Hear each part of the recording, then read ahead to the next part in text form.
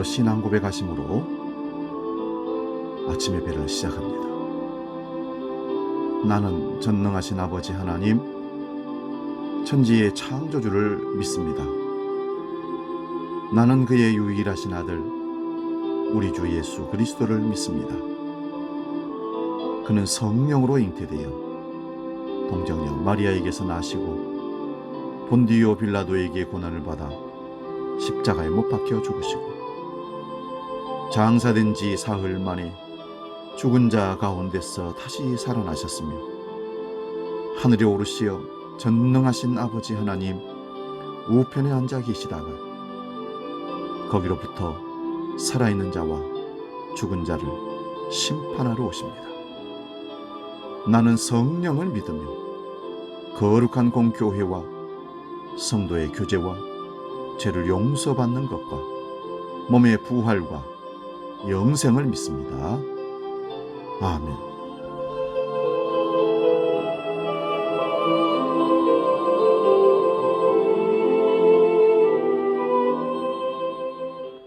찬송가 491장 저 높은 곳을 향하여 함께 찬송합니다.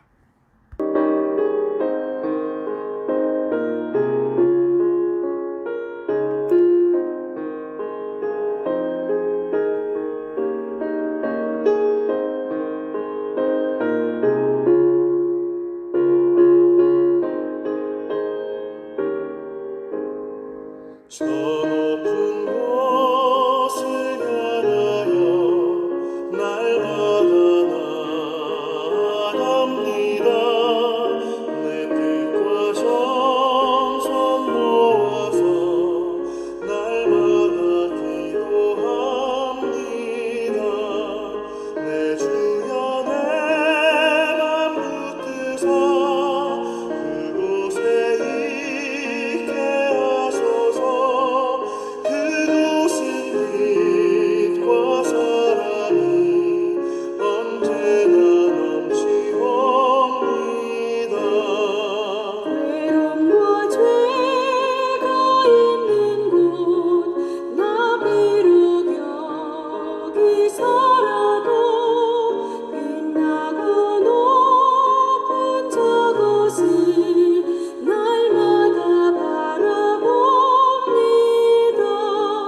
내 주여 내 맘 붙드사 그곳에 있게 하소서. 그곳은 빛과 사랑이 언제나 넘치옵니다.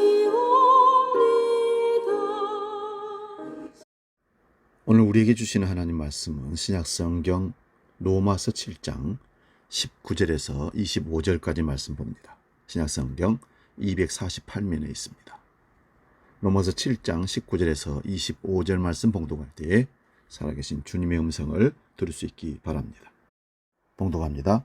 내가 원하는 바 선은 행하지 아니하고 도리어 원하지 아니하는 바 악을 행하는도다. 만일 내가 원하지 아니하는 그것을 하면 이를 행하는 자는 내가 아니요 내 속에 거하는 죄인이라. 그러므로 내가 한 법을 깨달았노니 곧 선을 행하기 원하는 나에게 악이 함께 있는 것이로다. 내 속사람으로는 하나님의 법을 즐거워하되 내 지체 속에서 한 다른 법이 내 마음의 법과 싸워 내 지체 속에 있는 죄의 법으로 나를 사로잡는 것을 보는도다. 오호라, 나는 곤고한 사람이로다. 이 사망의 몸에서 누가 나를 건져내랴. 우리 주 예수 그리스도로 말미암아 하나님께 감사하리로다. 그런즉 내 자신이 마음으로는 하나님의 법을, 육신으로는 죄의 법을 섬기노라. 아멘. 잠깐 기도하고 말씀 상고합니다. 하나님, 우리는 끊임없이 하나님을 사모하고 갈망하며 나아가지만 육신을 갖고 있는 약한 존재라 육신의 소욕을 쫓아 죄를 짓는 존재인 것을 고백하며 오늘도 우리의 부족함과 죄악을 실체를 드러내며 하나님 용서를 구합니다. 주님의 보혈로 덮어주시고 씻어주시고 새롭게 빚어주심으로 오늘 또 새로운 사람으로 하나님 앞에 당당히 서서 하나님의 사람으로 살아가는 우리 모두가 되게 하여 주시옵소서. 오늘도 말씀을 삼가며 나아가는 믿음의 사람들을 모든 인생의 삶 가운데 하나님을 인정하며 하나님 앞에서 사는 복된 확실한 믿음의 사람들로 이끌어 주시옵소서. 이제 말씀을 상고합니다. 깨닫고 결단하며 삶으로 실천하는 능력의 말씀, 창조 능력의 말씀으로 역사하여 주시옵소서. 예수님의 이름으로 기도하옵나이다. 아멘. 오늘은 인생은 생각하는 존재입니다 라는 말씀으로 말씀을 상고합니다. 어제는 인생은 갈망하는 존재다. 오늘은 인생은 생각하는 존재라는 말씀 제목 잡습니다. 프랑스의 유명한 조각가 로댕은 생각하는 사람으로 유명한 조각가입니다. 제가 수년 전에 그 조각을 직접 가서 보았는데요. 사람들은 그 생각하는 사람이라는 조각품을 통해서 바로 자기 자신의 모습을 볼 수 있습니다. 오늘 본문에 보면 사도 바울의 고뇌하는 모습이 나옵니다. 이 고뇌는 또 다른 차원의 고뇌입니다. 이 고뇌는 아주 근본적인 고뇌이고 인간의 본성에서 우러나오는 그런 영적인 아픔이고 탄식입니다. 여기서 사도 바울의 탄식은 19절에 보면 내가 원하는 바 선은 행하지 아니하고 도리어 원치 아니하는 바 악을 행하는도 따라 그렇게 탄식합니다. 이 말은 쉽게 말하면 나는 선을 행하려고 하는데 왜 자꾸만 악을 행하려는 마음이 내 속에서 솟아나느냐는 말입니다. 나는 선을 행하고 싶고 의를 행하고 싶은데 왜 자꾸 내 안에 있는 또 다른 나는 내 마음과는 반대로 죄를 짓게 하고 낙심하게 하고 미워하게 하고 갈등하게 하는 것이냐, 이런 말씀입니다. 그리고는 결론지어서 20절 21절에서 이렇게 말씀합니다. 만일 내가 원치 아니하는 그것을 하면 이를 행하는 자가 내가 아니요 내 속에 거하는 죄니라. 그러므로 내가 한 법을 깨달았느니라. 곧 선을 행하기 원하는 나에게 악이 함께 있는 것이로다. 그래서 사도 바울은 24절에서 오호라 나는 공고한 사람이로다. 이 사망의 몸에서 누가 나를 건져내려 하고 고뇌에 찬 깊은 탄식을 합니다. 그리고는 바로 우리 주 예수 그리스도로 말미암아 하나님께 감사하리로다. 이런 죄에서 이기고 승리할 수 있는 길은 오직 예수밖에 없다고 고백하고 있습니다. 예수 그리스도께서 겟세마네 동산에서 몸부림치며 기도하며 고뇌하신 것은 창조주 하나님으로서 피조물이 인간을 구원하기 위하여 십자가를 질 것인가에 대한 고뇌이고 깊은 통찰의 아픔이었습니다. 오늘 본문의 바울의 고뇌는 구원받은 인간의 마음속에 일어나고 있는 선과 악의 싸움에 대한 고뇌입니다. 왜 이런 고민이 우리에게, 인간에게 있을까요? 몇 가지 이유가 있습니다. 그 첫 번째는 사람은 영육을 함께 가진 존재이기 때문입니다. 사람은 특수한 존재입니다. 발은 땅에 딛고 머리는 하늘을 향하도록 창조된 존재가 인간입니다. 그런데도 정신과 육체가 함께 만족을 얻으려고 하다 보니 안 되는 것입니다. 여기서 파생되는 불균형 때문에 고민이 생기는 것입니다. 사람이 동물처럼 육신만 있다든지 천사들처럼 영만 있다고 하면 고민 없이 살아갈 수 있을 테지만 우리는 육신적인 부분과 영적인 부분을 함께 가진 존재이기 때문에 고민이 있을 수밖에 없습니다. 두 번째는 사람은 행동하는 존재이기 때문입니다. 사람은 뭔가를 위해서 행동을 해야만 살 수 있는 존재입니다. 바로 여기에서 사람들에게 고민이 따르고 고뇌가 따라옵니다. 하나님은 사람들에게 두 가지 행동 강령을 주셨는데 하나는 하라라는 강령이 있고 또 하나는 하지 말라는 강령이 있습니다. 이것이 하나님이 인간에게 내려주신 행동의 강령입니다. 여러분, 사람들이 언제 고뇌하고 후회하게 됩니까? 하지 말라는 것을 했을 때 후회하고 고민합니다. 그리고 하라는 것을 안 했을 때 후회하고 고민합니다. 하지 말라는 것을 안 하고 하라는 것을 하게 되면 고민할 필요가 없는 거죠. 그런데 사람들이 이대로 하지 않기 때문에 고민이 생길 수밖에 없습니다. 사람은 행동하는 존재입니다. 그래서 사람이 가장 힘있고 평안하고 자신감 있게 마음이 좋을 때는 바로 할 일을 마땅히 했을 때 만족감을 누리고 행복합니다. 사람이 떳떳하게 행동하지 못했을 때는 얼굴을 들지 못하게 되는 것이 바로 그 때문입니다. 세 번째는요, 사람은 욕구를 가진 존재이기 때문입니다. 무엇을 먹을까? 무엇을 마실까? 무엇을 입을까? 그리고 다른 사람보다 좀 우월하게 드러내고 싶고 그런 욕구가 끊임없이 우리 속에 들어옵니다. 이 욕구는 갓난 아이들에게도 있습니다. 그래서 아이들이 배가 고프면 웁니다. 그리고 먹어서 배가 부르면 아무 소리지 않고 잠을 잡니다. 심리학자 에릭 프롬은 사람은 욕구가 충족되면 좋아하고 충족되지 않으면 불평하는 존재라고 정의합니다. 사람의 욕구 중에서도 가장 큰 욕구는 삶에 대한 욕구입니다.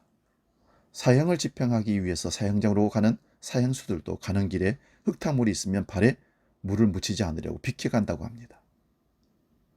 어떤 여인은 실연을 당해서 비관을 하다가 강에 빠져 죽으려고 가는데 바람이 하도 차가워서 감기 들까 봐서 다시 집에 가서 목도리를 가지고 나가서 빠져 죽었다고 합니다. 또 사람은 소유하려는 욕구도 대단합니다. 가진 사람은 더 가지려고 하는 욕구에 시달리게 됩니다. 누리고 있는 사람은 더 누리려고 욕구에 시달립니다. 다스리는 사람은 더 많은 힘을 차지려 하려고 욕구에 시달립니다. 높아진 사람은 더 높아지려고 하는 욕구에 시달리게 됩니다. 이것들이 사람들로 하여금 고민하게 만들고 고뇌하게 만들고 때로는 후회하게 만들고 그것이 올무가 되어서 고난을 겪게 심지어는 절망에 이르게 하기도 합니다. 네 번째로 사람이 생각하는 고민하는 존재라는 것은 사람은 관계적인 존재이기 때문에 그렇다는 것입니다. 사람은 혼자서는 살 수가 없습니다. 인간은 이웃과 관계를 맺으며 살아갈 수 있도록 지음받은 특별한 존재입니다. 그래서 우리는 세상에서 관계가 좋아야 합니다. 특히 우리 그리스도인은 누구보다도 하나님과의 관계가 좋아야 합니다. 하나님과의 관계만 잘 되어 있으면 세상에서 두려울 것이 없습니다. 세상에서 가장 무서운 것은 죽음이라고 하는데 하나님과의 관계만 잘 되면 죽음조차도 두려운 대상이 될 수 없습니다. 그리고 또 이웃 간의 관계가 좋아야 합니다. 이런 관계들이 깨질 때 고민이 생기고 고뇌하게 되고 불화가 생기고 화목이 깨지게 되는 것입니다. 이때 일어나는 현상이 무엇입니까? 바울사도가 고백했던 그 고백입니다. 오호라 나는 공고한 사람이로다. 누가 이 사망의 몸에서 나를 건져내랴. 바울은 그저 오호라 탄식 속에서 몸부림치며 그 속에서 절망하지 않았습니다. 그는 눈을 들어서 예수 그리스도를 바라보았습니다. 우리 주 예수 그리스도로 말미암아 우리를 그 어떤 상황에서나 사망의 몸에서 건져주실 분은 예수 그리스도밖에 없다는 것을 고백하며 소망을 찾습니다. 우리가 예수 그리스도를 바라볼 때 터져나오는 감격스러운 외침이 있어야 합니다. 하나님께 감사하리로다. 이 외침은 오호라의 탄식이 있는 자만이 할 수 있는 외침입니다. 여러분, 오호라의 은혜가 있습니까? 즉시 감사할 수 있기 바랍니다. 그러면 하나님께서 우리를 은혜로 이끄실 겁니다. 우리 복음 찬양 오늘 나는 찬양하고 기도하고 마치겠습니다.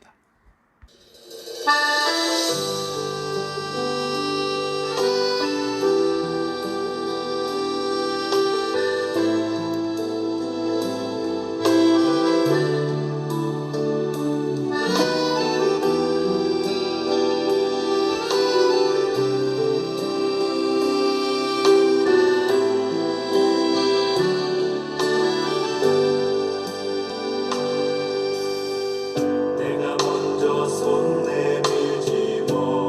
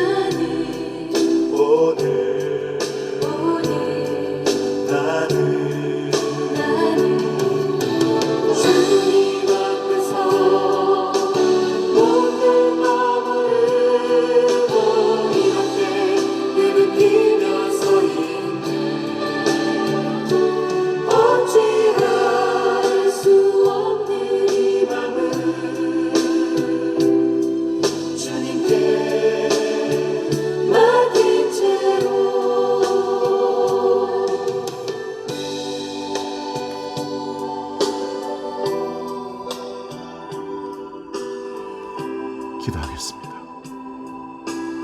아버지 하나님,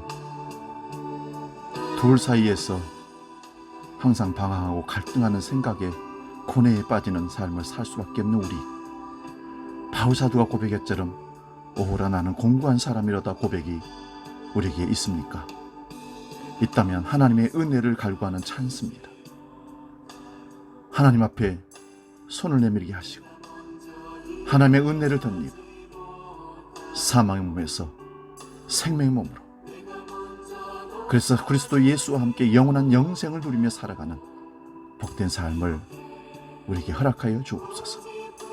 오늘도 하나님 앞에 바로 서지 못하고 갈등하며 오호라 나는 공고한 사람이로다, 자기를 돌아보며 고뇌하고 생각하는 사람이 있습니까?